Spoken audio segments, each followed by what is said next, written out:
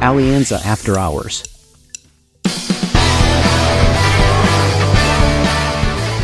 Hola, un saludo a todos de nuevo. Estamos en el podcast semanal de Alianza After Hours. Soy Felipe Campos y hoy estoy con Camilo Tomás. Cami, ¿cómo anda? Nuestro especialista en estrategia y en productos internacionales. Cami, ¿cómo va todo?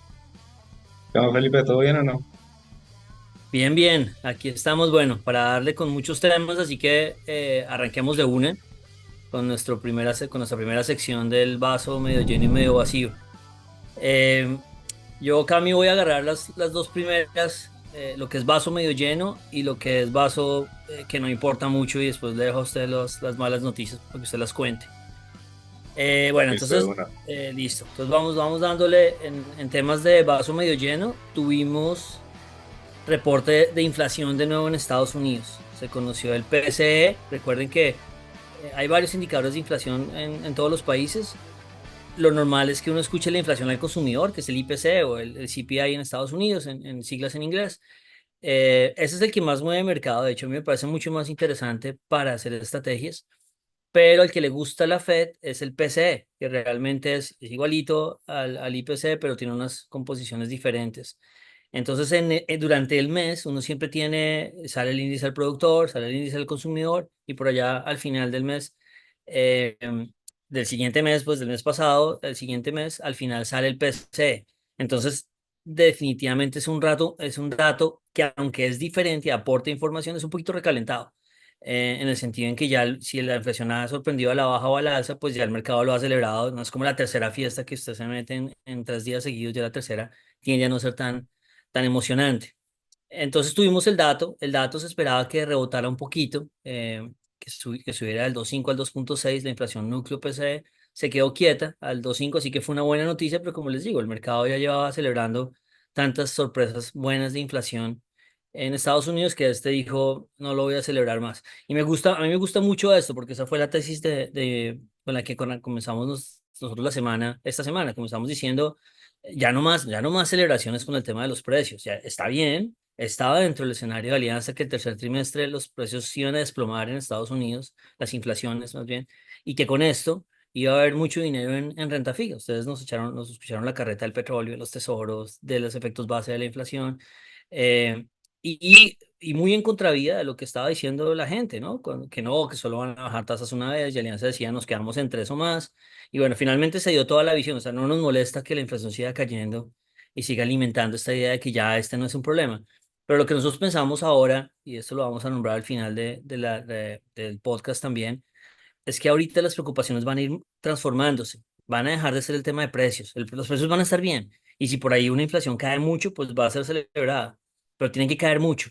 Ahora es todo tema de empleo.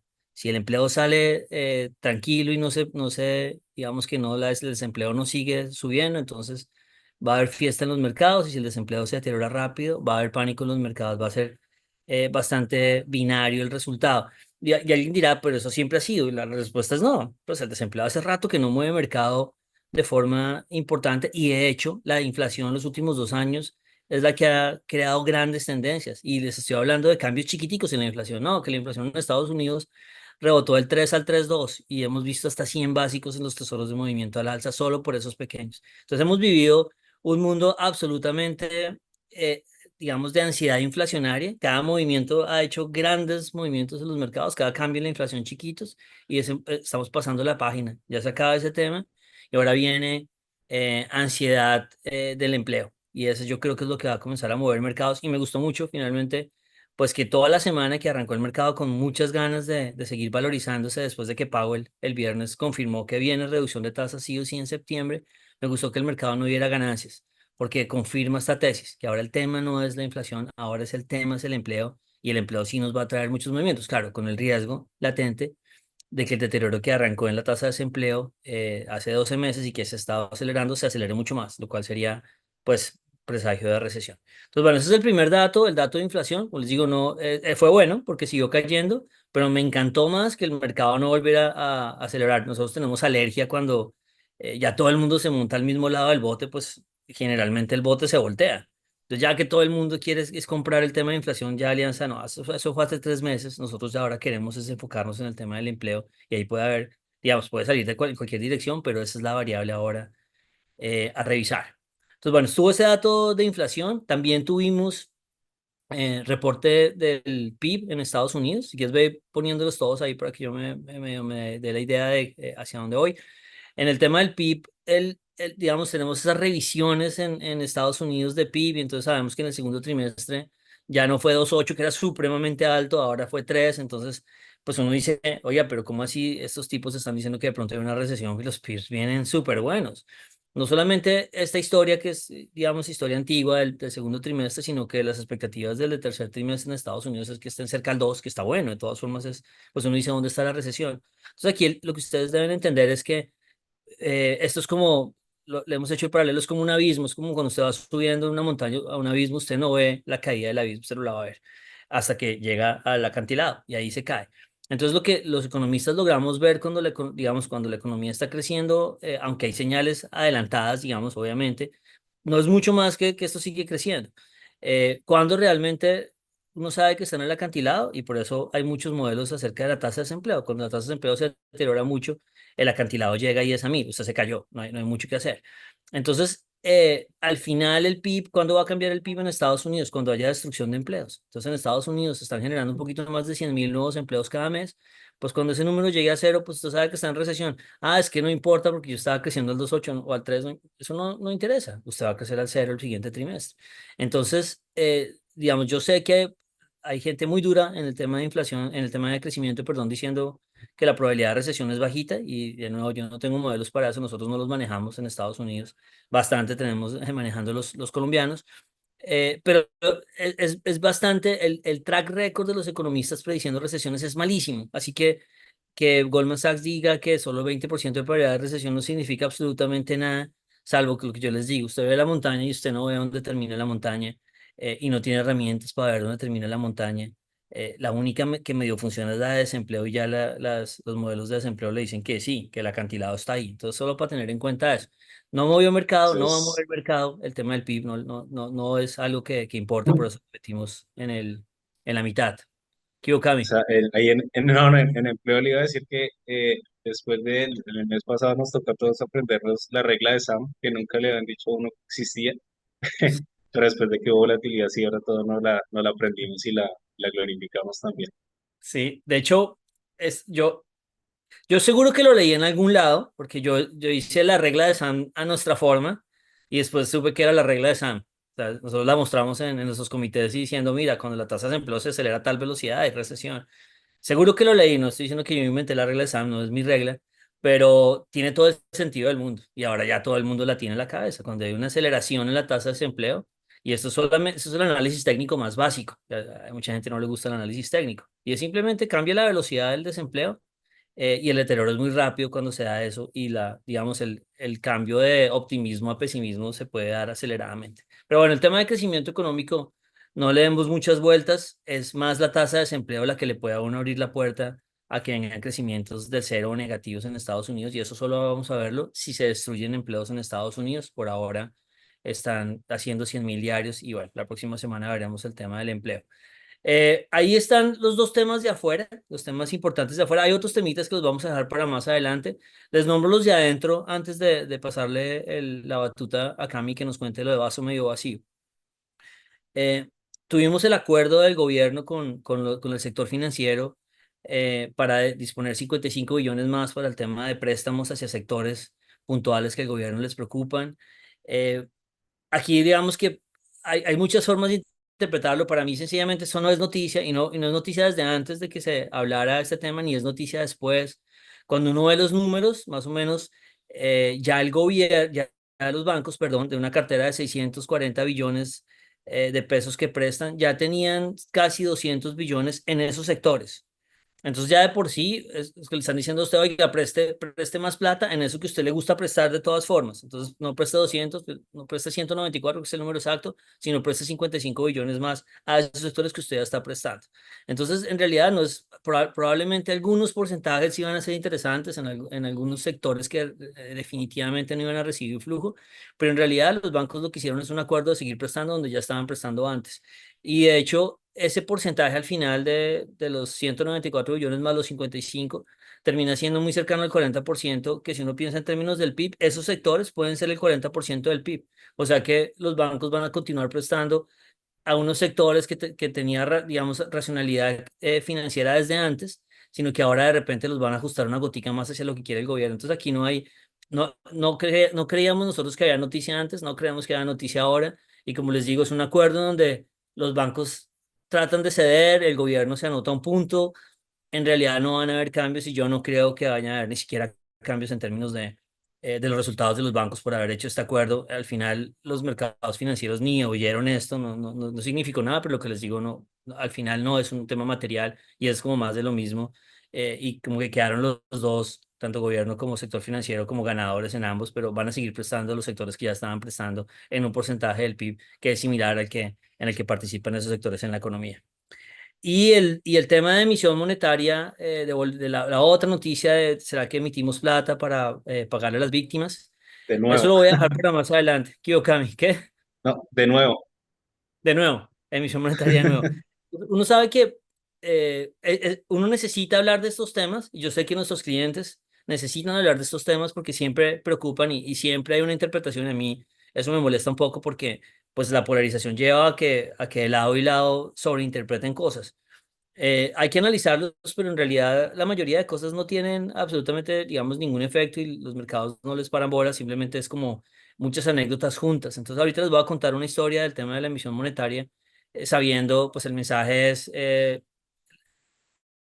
muy improbable, o sea, se necesita, para que llegara cualquier figura de eso, se necesitaría que los 7 votos de los miembros de la Junta del Banco de la República lo aprobaran, y uno sabe que la mitad de la Junta no va a votar hacia ese lado. Entonces, pero ahorita les contamos eso en esa historia y la otra historia interesante es los avances en México y lo que puede estar esto afectando nuestra moneda, pero esos dos temas se los dejamos ahorita para la parte técnica y el meme de la semana y le paso el micrófono a Cami para que hable de lo negativo. Cami, cuéntenos usted qué ha pasado negativamente esta semana. Bueno, listo. Entonces yo le dejo eso de México, la reforma oficial que está, digamos, de esta parte del paso y más bien nos concentramos en un par de temas locales. Primero, rebalanceo del índice. Recordemos que esto lo arma MSCI y que pues tendría que haber sido hecho hoy al cierre de la jornada. Esto lo grabamos el viernes, entonces pues ahorita que acaba de cerrar el mercado, pues hubo el tema, digamos, del rebalanceo MSCI. ¿Por qué fue noticia esto? Tuvimos varias canastas pro forma. La canasta pro forma es básicamente algo que se publica un par de semanas antes del rebalanceo para que uno, como administrador de portafolio, pueda indexar, digamos, cada una de sus carteras de acuerdo con las nuevas ponderaciones.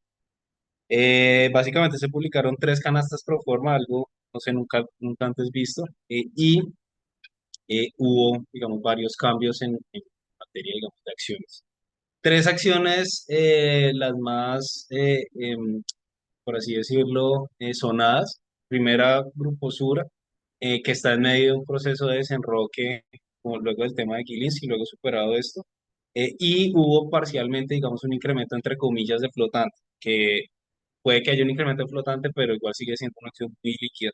Entonces fue muy difícil, digamos, hacer un incremento en esta acción y muy difícil para uno como administrador de portafolio tratar de seguir o replicar este tipo de movimientos. Entonces, por ende, recibió comentarios y fue reversado.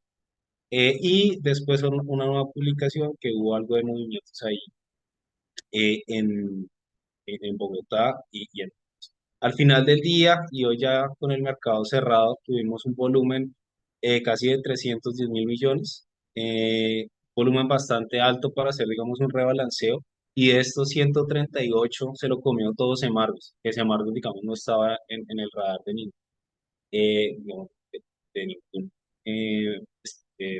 expectativa específicamente para este rebalanceo.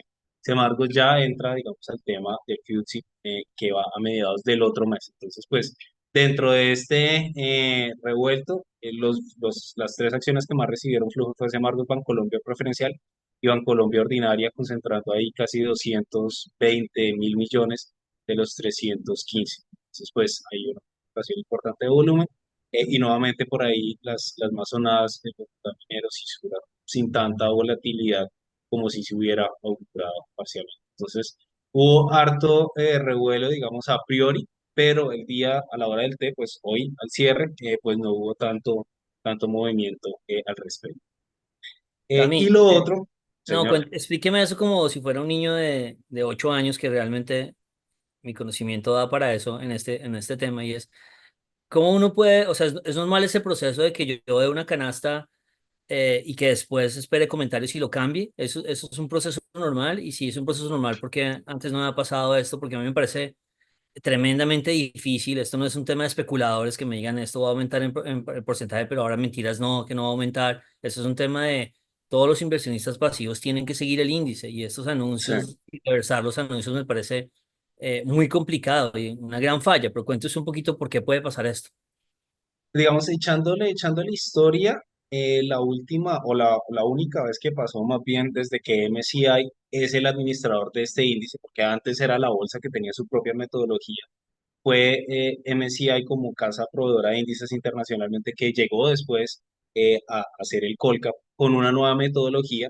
Entonces, ¿qué es lo que pasa acá? Cogen la empresa y la empresa tiene unas acciones y tiene un precio por acción y eso me da una capitalización de mercado.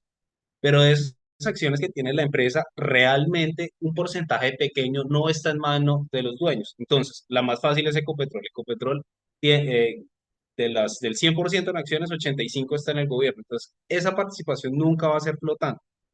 Y es ahí donde entran a ajustar cada una de las empresas. Entonces, lo que hace el índice es coger cuánto vale Ecopetrol, pero no con el 100% de las acciones, sino con las acciones que realmente son sujetas de ser transables en el mercado. Eso se llama ajustar la capitalización del mercado por el flotante que está específicamente en el mercado. Y tiene unos componentes, digamos, de liquidez y de bursatilidad que lo complementan, pero donde usualmente hay más cambios o más volatilidad es cuando hay un evento corporativo. Tipo, llega Gilinski y recompra un montón de acciones que están en el mercado, lo cual disminuye el flotante porque Gilinski pasa a ser un accionista controlante, pues no controlante, pero con, digamos, un grado significativo de influencia sobre la empresa, es decir, ya no es flotante, es decir, la ponderación de Sura automáticamente baja. Así, digamos, ceteris paribus, precio en la acción, es decir, no se mueve la acción, no se mueve el número de acciones, pero el hecho de que un accionista esté concentrando más participación, lo que hace es reducir su participación en el índice. ¿Qué pasó con Éxito? Cuando Éxito se hicieron el listamiento cruzado de ADRs entre Brasil, Nueva York y Colombia, ahí, entre comillas, se amplió el flotante, pero a la hora del té, lo que se transa en Colombia de Éxito era muy bajito. Entonces también pasó que dijeran, como no venga, Éxito sí entra y después no, mentiras, no hay forma de que nadie pueda operar estos montos en Éxito, mentiras, ya no entra. Y es una situación similar a la que tenemos acá.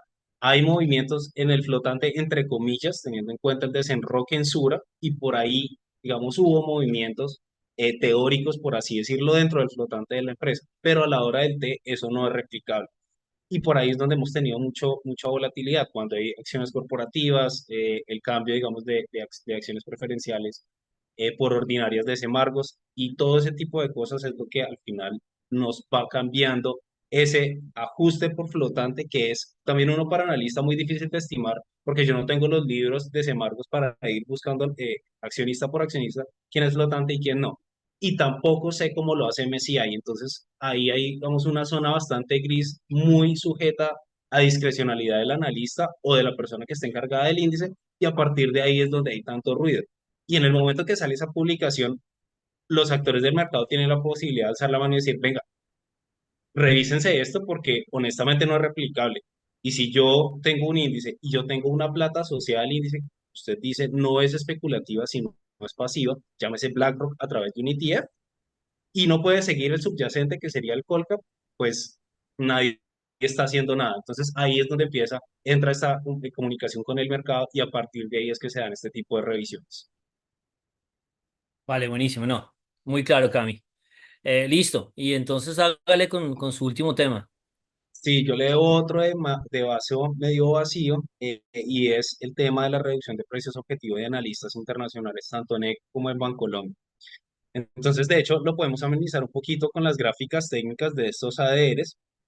porque tenemos, digamos, algo de movimiento ahí. Entonces, tal vez, y ligándolo en algo con los resultados que tuvimos últimamente, Bancolombia en los últimos días, digamos, ha sufrido, en las últimas jornadas, ha sufrido algo de volatilidad por cuenta de cambios de recomendación de analistas, pero esto es Bank of America diciendo que mi precio objetivo ya no es 36, sino 34. Entonces, pues, porcentualmente no es tan alto y vean ustedes que el rango del cambio de recomendación, entre comillas, lo puede hacer la acción fácilmente en una semana. Pero esto va de la mano con lo que va, digamos, con las expectativas de reducción de tasas del Banco de la República, porque le pongo esta cuenta de servilleta. Bancolombia hace un margen neto de intermediación de 6,8%, es decir, le cuesta el margen que ellos tienen sobre un crédito de 6,8 neto, digamos, ya de lo que les cuesta tener esa plata. Pero a medida que el Banco de la República va bajando 100 básicos, a Bancolombia se le baja ese margen neto 10 básicos. Es decir, ellos están pegándole a un margen más o menos de 6,5, sujeto a una reducción del Banco de la República de 300 básicos. Ahora, esto va, digamos, de la mano también, digamos, eso es como la parte de arriba del PIG, la parte de ingresos netos de lo que me cuesta a mí fondear la operación, o a mí como, digamos, pero ese fondeo de operación, hay un margen, un tema adicional, digamos, Bancolombia mal contados es, digamos, de 100%, tiene casi 40 en cuentas de ahorros y 75 en CDTs. Entonces, si uno mira la duración de ese pasivo, es decir, lo que se me ajusta en la medida que se me ajusten las tasas, es bastante baja. ¿Por qué? Porque el Banco de la República baja tasas, yo bajo tasas de cuenta de ahorro. Y los depósitos, CDT, que es el 35%, dos tercios tienen un vencimiento menor a un año. Es decir, dentro de un año ya el costo de ese fondeo va a ser menor en dos terceras partes frente a lo que es ahorita. Y por eso no se me cae en la misma proporción, mientras que si yo voy a colocar un nuevo crédito, sí me toca colocarlo a la nueva tasa. Entonces, este cúmulo de cosas, básicamente, ¿cuál es el punto al que quieren llegar muchos analistas? Es como, eh, no hay tanta actividad económica en Colombia ahorita, no hay tanta colocación de cartera y más encima yo espero que a uno, digamos, el banco reduzca tasas y que a usted se le baje ese margen. No obstante, ese 6,8 sigue siendo de los mejores de la industria, ¿no?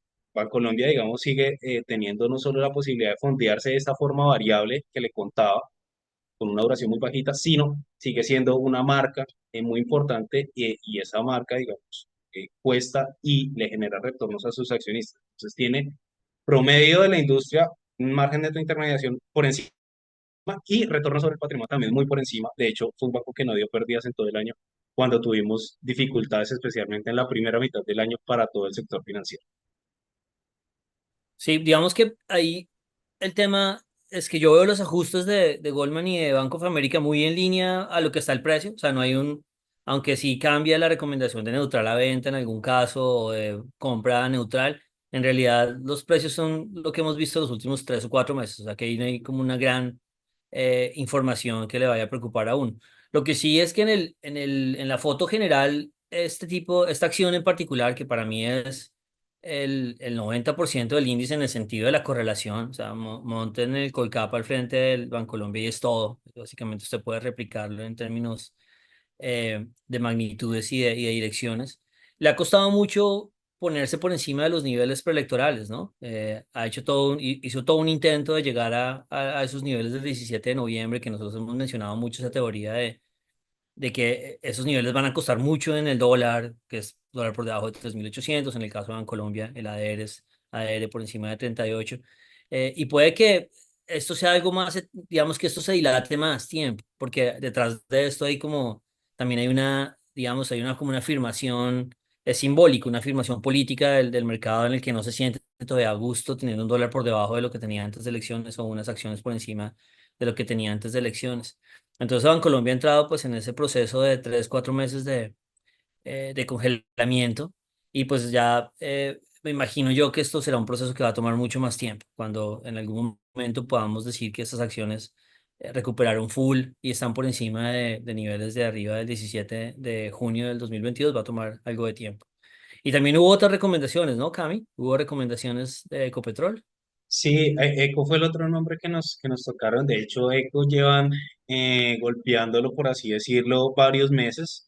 Los ajustes de Colombia, la verdad, fueron más recientes, pero los de Eco sí llevan varios meses sonando. De hecho, el más sonado es ese Morgan Stanley que nos dice el ADR por allá en 8.50 y Bank of America que se mantiene por los lados del 11.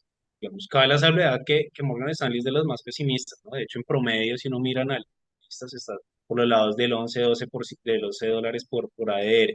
Y aquí va muy de la mano con las expectativas en materia, digamos, de lo que se espera frente a la producción de la compañía. Entonces, de hecho, la llamada de resultados, mucha de la discusión estuvo girada en torno a esta nuevo negocio que no se dio, que digamos a uno como analista le gustaría verlo. ¿Por qué? Porque si uno mira producción Colombia versus afuera, Colombia está produciendo, pero cada vez, digamos, no hay crecimiento anual, mientras que el crecimiento todo lo está haciendo a través de Permian en Estados Unidos. Y este negocio era con su llave en Permian dentro de una de las cuencas más importantes de allá. Entonces, era un negocio que sí le iba a impactar en producción, por lo menos esperada, en unos años. ¿Cuál fue la respuesta de Eco? Fue como, venga, es que se nos sube mucho la deuda neta de vida y la deuda bruta de vida y como que no. Y va y se me cae el precio del petróleo y yo no quiero que ese indicador se me suba por arriba de 2.5 veces. Entonces, y prefiero, digamos, enfocarme en otro tipo de inversiones. Entonces, esto digamos, uno como analista no es la respuesta que uno quisiera tener. Uno quisiera tener es como, estamos estudiando y queremos crecer en nuestro core, que en este momento sigue siendo la producción de Ecopetrol América en Estados Unidos, y teniendo en cuenta la posibilidad de negocio que tenían de la mano con Occidental Petroleum, cuyas acciones Warren Buffett sigue comprando. Él puede vender Apple, pero no va a dejar de comprar Oxy, o no ha dejado por lo menos por el momento. Ese tipo de cosas no las está materializando Ecopetrol y está perdiendo, digamos, atractivo dentro del mercado. Y los analistas, digamos, están empezando a decepcionarse un poquito, no solo por, digamos, lo difícil que le lleva aumentar producción, sino porque tiene un viento de frente. 2022-2023 tuvo un viento a favor, que era que se le subían los ingresos de la mano del dólar y el precio del petróleo, y los costos todavía estaban comprimidos porque la inflación no había subido, porque digamos, los costos asociados, digamos, a mantenimientos o a planta, costos laborales, por así decirlo, no habían subido, mientras que ahorita está por el otro lado. El dólar viene bajando, el precio del petróleo se mantiene estable y los costos y la inflación pues hace subir los costos laborales. Entonces la operación es más costosa, eso implica menores márgenes y más encima, como uno como analista no ve perspectivas de crecimiento en materia de producción. Entonces al final del día le deja a uno una mezcla un poquito amarga, y a partir de ahí se dan algo de reducciones en materia de precios objetivos. Sí, yo aquí, bueno, ustedes ya vieron en estos podcasts un análisis que hicimos de los dividendos, en que decíamos que después de las elecciones Ecopetrol solo subía antes del dividendo y después quedaba huérfana, eh, y que la acción caía muy rápido después de pagar dividendos, no lo que pagaba el dividendo, caía muchísimo más. Y en el último análisis dijimos, lo malo es que se vienen 9 meses sin dividendos y la acción va a quedar sin mucho fundamento. Pero de repente Citi, que saca también su recomendación, y de hecho no la saca baja, la saca creo que a 11, o sea, ahí uno diría, está optimista, pero creo que el discurso lo resume muy bien ellos. Ellos básicamente sí dicen, en este momento el petróleo es un play político. Usted lo va a comprar porque usted se la juega que en dos años hay una, digamos, una rectificación un poco de estas rutas que se han ido cambiando. Y de pronto dicen, de pronto es un poco temprano para hacer un play político, pero pues esto es igual que el tema del dólar. Cuando a veces la gente tiene la duda de será que este activo sí lo están vendiendo porque hay incertidumbre política o no. En el tema del dólar era demasiado claro los analistas internacionales diciéndolo, y ahora en Ecopetrol también nombran la incertidumbre política directamente. Y por ahí nosotros hacemos comparaciones con petroleras de nuevo, desde 2022, y es muy difícil encontrar una petrolera que no esté por encima de sus niveles de mediados de año 2022. Eso quiere decir que Ecopetrol, si hubiera mantenido la correlación, estaría $10 arriba, estaría valiendo el doble, lo que significa que en market cap valdría 80 billones de pesos más, solo manteniendo, digamos, su perfil de petrolera, digamos que eso, pues, suena raro, ¿no? Porque uno diría, sí, pues es que, ¿cómo lo va a perder? Pero es lo que está pasando. Bueno, creo que ahí terminamos, ¿no? Nuestro vaso medio lleno, vaso medio vacío. Ahí ya terminamos esa parte, el tema negativo, entonces yo le devuelvo la batuta a Felipe para que nos cuente más. Listo. Hoy vamos a hablar de dos temitas. Espero que no me demore mucho. Voy a tratar de irme rápido. Lo primero es el análisis técnico de la semana, la receta técnica de la semana, en la que vamos a retomar esta idea bueno, la subida del dólar y vamos a retomar esta idea de México. Y esta es la primera foto mía que es de verdad. Esta foto sí es de verdad, esto no es un montaje. Es la primera Los que me envidiosos pide. dirán que es Paint. Sí, sí, pero pues ahí, a esta sí se nota. Yo creo que la gente se da cuenta que soy yo, clarísimo.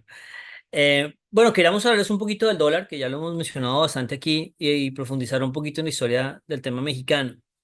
Esto es lo que nuestros clientes ven a diario, estos gráficos en nuestros comités diarios, en donde Alianza les contó toda una historia en varios podcasts diciéndoles, vea, Alianza todavía cree en el cambio y la tendencia del dólar, pero eh, nosotros pensamos que va a ser gradual, va a ser lento hasta que no pasen dos eventos grandes, sobre todo el tema de si va a haber una recesión en Estados Unidos, y planteábamos el tema mexicano como el gran reto de septiembre a octubre, y por eso en conclusión decíamos, Alianza igual ve el dólar a 3.800 y a 3.500 en los siguientes años, pero ahorita vemos grandes riesgos de choques temporales. Los choques generalmente en el dólar son temporales, así sean cosas muy bravas. Ustedes ven ahí la recesión del 2020, ven las elecciones del 22, bien duro para arriba, bien duro para abajo, siempre terminan devolviéndose. Lo que queremos es poder navegar, si hay un choque ahorita en este semestre, navegarlo bien. Y por ahora va bien. Por ahora la recomendación de compra 4.000 se ha comportado bien. Y nosotros lo hablamos de como diferentes mares: el mar de la tranquilidad, el mar de lo desconocido y el mar de la perdición, es si el dólar decide unirse full a la crisis mexicana y decide viajar a los 4.400 o un poco más. Como les digo, para mí cualquiera de esos eventos son temporales, es para arriba y después para abajo, pero pues uno no quiere, o digamos, uno no quiere correr el riesgo de 400 pesos, y sobre todo muchos clientes que quieren comprar dólar, entonces cuando los comienza a dejar el bus, terminan comprando 4.400 o 4.500, sitios donde nosotros seríamos absolutamente vendedores. ¿Cómo va el tema mexicano? ¿Cómo va el tema de la correlación de Colombia con México? En unos podcasts pasados les mostramos que la correlación se ha reducido bastante. Si quieres, pasemos ahí slides, en donde mostrábamos un poco ahí: el peso colombiano es el rojo y el amarillo clarito es México y el amarillo oscuro es Brasil, donde mostrábamos que la correlación de los últimos 12 meses ha comenzado a ceder, en gran parte porque el dólar en el mundo se está desplomando. Por ahí alguien me decía, no, es que el dólar también está subiendo en el mundo. No, ¿cuál es? El dólar en el mundo, el de X, ya está desplomándose por la caída en la inflación y la expectativa de que la Fed baje tasas. Y eso ha terminado blindando un poquito a Colombia. Nosotros contamos esta historia como la historia de papá y mamá. Eh, el, el, el, el más fuerte de la casa puede ser la mamá o el papá, en este caso es el de XY, le está diciendo esto es para abajo, venga, venga, vamos para abajo, pero la mamá o el papá, el que no es tan fuerte, que es el real brasileño y el peso mexicano, le está diciendo, no, señor, esto es para arriba. Entonces Colombia está siendo jalada por los dos lados, resistiendo bastante bien. Ya la correlación no es la misma con México, ya no nos devaluamos igual. México y Brasil se están devaluando 17% en el año, en año corrido, que es una barbaridad. Eso es un año bien malo en términos de la región. Así que Colombia con un 8 la está resistiendo bien, pero pues no es inmune. Y esta semana nos enfrentamos con la idea de que Estados Unidos estaba un poco ya recalentado de tanta aceleración del tema de la inflación, y por eso nuestra hipótesis es, no, esta semana es para arriba porque ahí sí México va a comenzar a pegar. Entonces el tema mexicano es lo que se viene, septiembre y octubre. Eh, si uno comienza a analizar la situación mexicana, de cómo se ha ido moviendo el peso mexicano, ustedes ven ahí como los diferentes eventos. Lo que suena ahorita en septiembre, lo que más suena es el tema de la reforma judicial, ¿no? Que es que cualquier juez federal y hasta los de la Suprema Corte sean elegidos por voto popular, lo cual es, obviamente, es muy fuerte porque simplemente se pierde un poder, un gran contrapeso en México. Imagínense que pasara en Colombia, es básicamente, pues se vuelve el mismo poder el gobierno y las cortes. Al principio no importaba, importó cuando el gobierno actual pues fue reelegido y aumentó en un buen monto, en un buen número más bien, la participación en el Congreso. Y ahí es cuando la gente comenzó a preocuparse del gran paquete de reformas de AMLO, pero sobre todo el tema de la reforma de la justicia.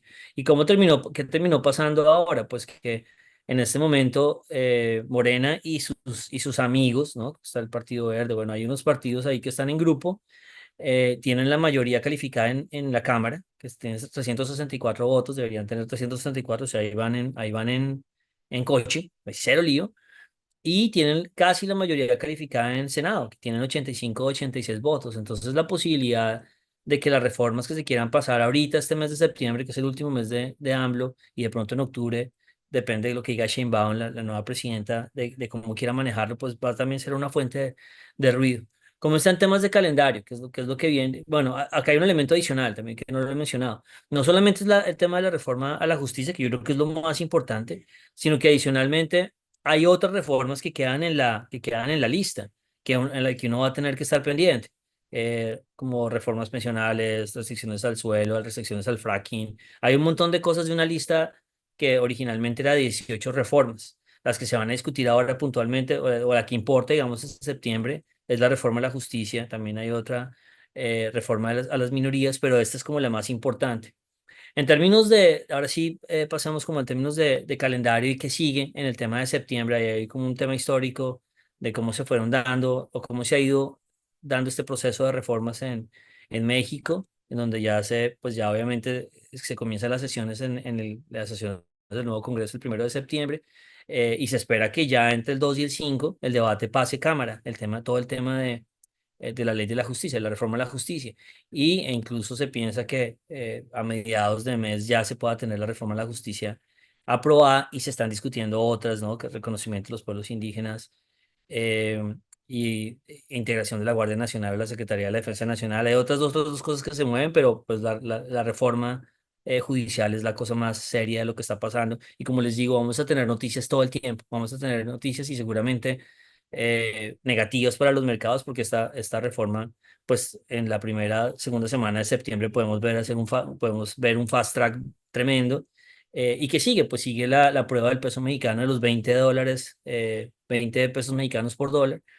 Y si supera los 20, es muy difícil que nosotros no superemos los 4.200 y sigamos para arriba en un choque, que va a ser solo mexicano, que nos va a salir más barato, o sea, no nos va a salir tan costoso como México, pero ahí está la fuente de la devaluación. No la mezclemos con otros temas, no la mezclemos porque de nuevo vuelve la burra al trigo es que a mí me preocupa lo interno. Entonces yo creo que cuando sube, y como el dólar ahora casi nunca sube, cuando sube, sí, eso ahí sí era interno, y después el resto de cosas ya no importa.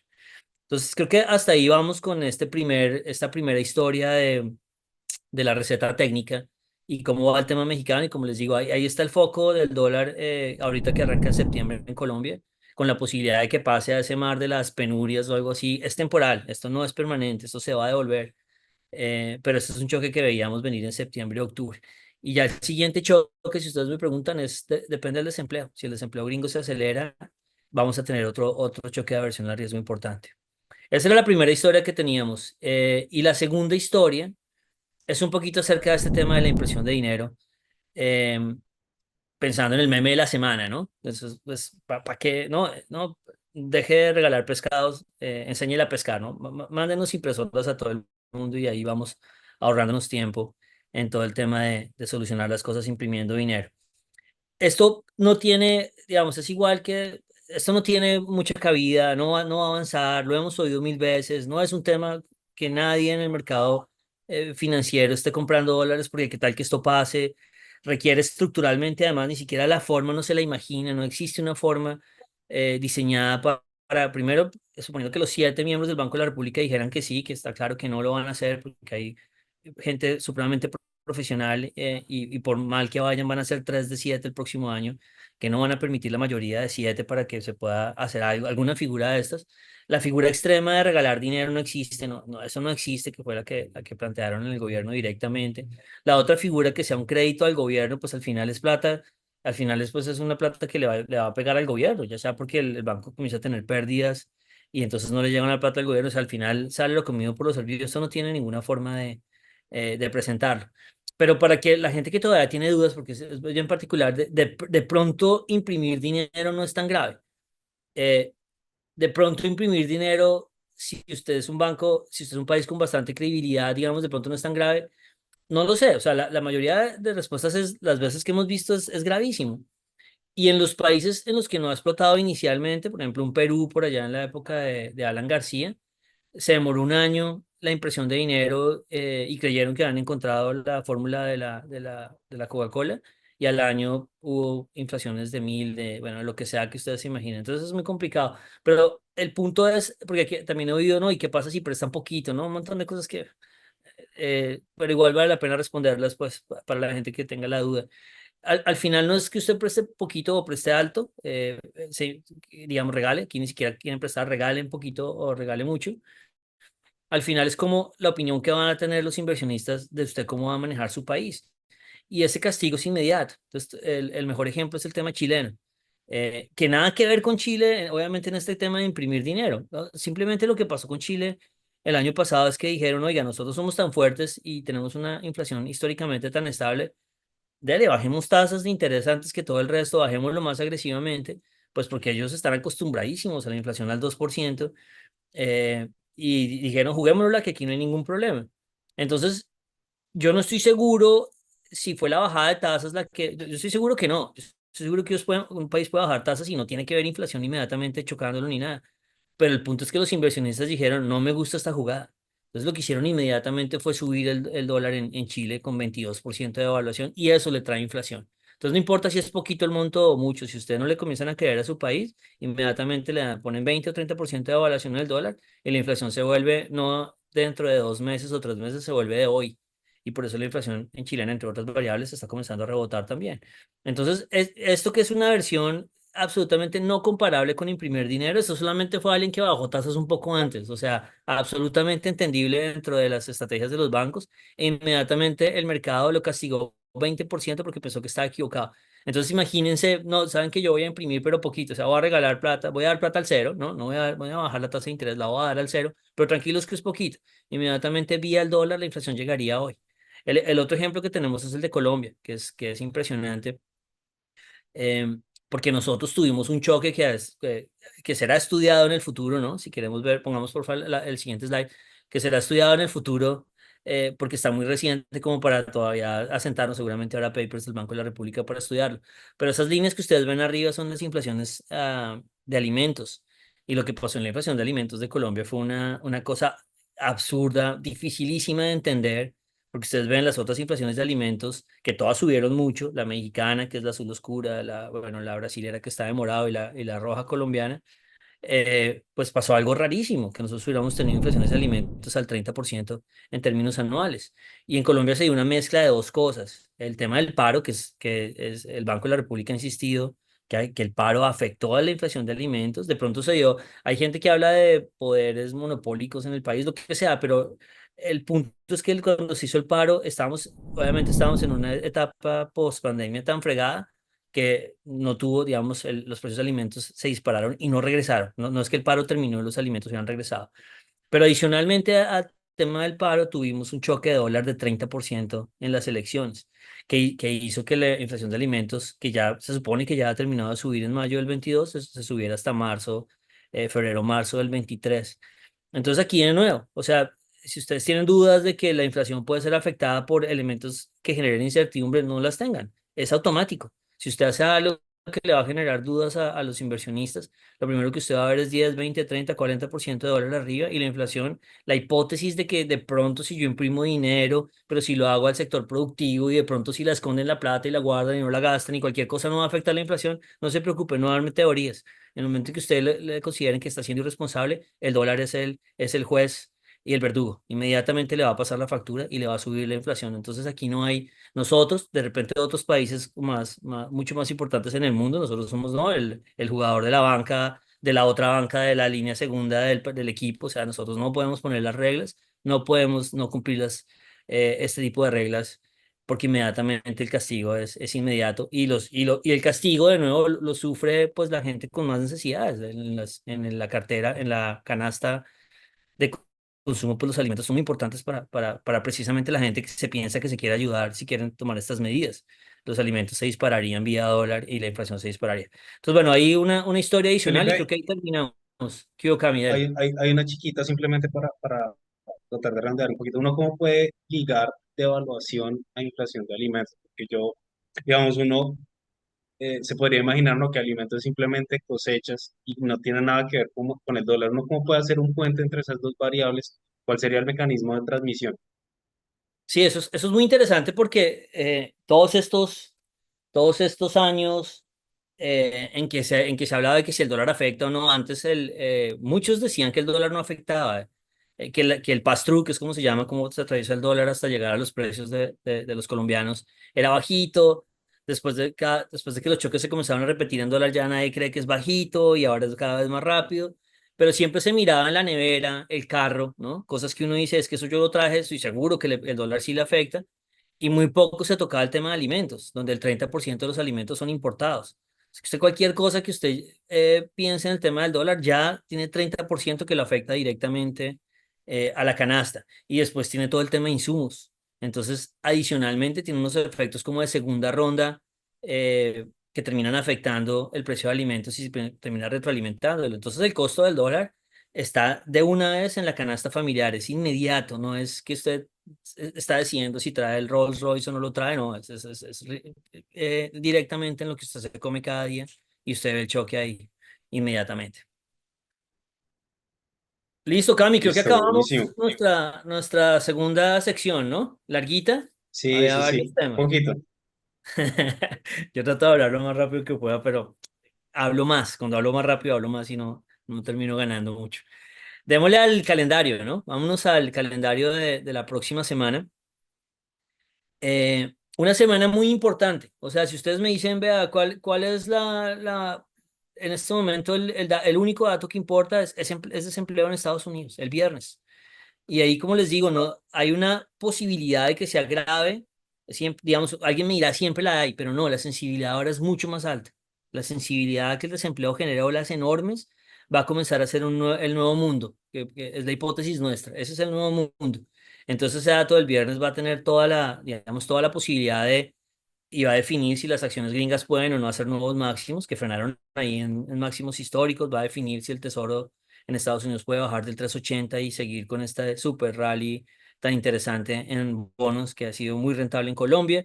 Y va a definir también la historia del dólar, si las presiones por lo menos no de México, pero las presiones del dólar a nivel mundial pueden, digamos, acelerarse o no, dependerá mucho de si hay una aceleración o no de la tasa de desempleo. Entonces, es un dato supremamente importante que coge a los activos en Estados Unidos digamos, en niveles bien importantes para hacer grandes movimientos. Entonces, ahí está el dato. Otras cosas son IPPs e IPCs normales, digamos, en el tema colombiano, que también traerá información. Seguramente estaremos hablando de eso cuando se reporte, que la inflación va a continuar reduciéndose cada vez más aceleradamente en Colombia, a ver si eso ayuda a la foto de la reducción de tasas que viene en septiembre también para el tema del Banco de la República. Fed y Banco de la República bajando tasas. Entonces, eso es calendario. Yo ahí no veo mucho más, Cami. Creo que la otra parte de estas cosas que no son tan de mercado, ¿no? Así que no nos darían tan duro como nos toca aprendernos la regla de Sam. Sí. Frente a eso, le voy a dejar Monkey Man a usted porque no tengo ni idea de esa película, pero sí podría comentar que el lunes nos empieza Pizza Master. Recordemos que el lunes también es festivo en Estados Unidos. Tenemos mercados de afuera líquidos, entonces pues uno puede aprovechar la liquidez para irse a comer una pizza, ya que empieza, digamos, este evento. Y a partir del jueves, la Feria de Emprendedores, Feria EVA, vamos todos ya muy invitados a conocer y pues también apoyar el talento local. Y le dejo Monkey Man porque no tengo ni idea ni quién la hace ni quién la protagoniza. Yo no la he visto. Esta es una recomendación de nuestro equipo. Es la primer película que dirige Dev Patel, que se volvió famoso por Slumdog Millionaire, quien quiere ser millonario, esa película en la India. Esta película también es en la India. Tiene 89% en Rotten Tomatoes, así que para una película de acción un poco diferente, me imagino yo, de los parámetros normales, pues, porque obviamente es una película en la India y la gente en la India hace películas con un sabor muy especial y pues una industria enorme. Los Eh, memes de Bollywood. Exactamente. Así que yo creo que vale la pena verla. Ya está en plataformas. Yo iba a arrancar a verla, pero no la alcancé a continuar. Entonces la recomendamos ahí. Obviamente este tipo, cuando pelea, se pone una máscara de mico, pues, con toda esta historia del dios mico, del dios mono, ¿no? Que hay allá en la India, que yo creo que por allá también surgió bueno, varias ideas. Uno ha visto muchas películas de Dios Mono en varias versiones, tanto en, en cartoons como en actores de la vida real. Bueno, ahí tiene algo de inspiración también esa película. Bueno, la recomendamos que la vean y de repente si les da por comentarnos o si les da por recomendarnos ideas también, súper bienvenidas de cosas que han visto que les han gustado, también nos ayuda a compartir acá. Y bueno, creo que terminamos, ¿no? Eso sería todo, yo creería. Falta el line-up del Stereo Picnic, que no tengo ni idea quién irá, pero sería interesante verlo. Y con eso yo creo que cerramos, Felipe. Estuvo bastante movido este podcast y con bastantes temas diversos. Sí, sí, sí, sí. Bueno, les deseamos un buen fin de semana. Les agradecemos siempre a los que llegan hasta acá, hasta el final, pero a los que lo oyen también hasta la mitad. A todos los que lo oyen se los agradecemos, pero los que llegan al final tienen un mérito especial. Y bueno, nos vemos la próxima semana. Que todos estén muy bien. Alianza After Hours.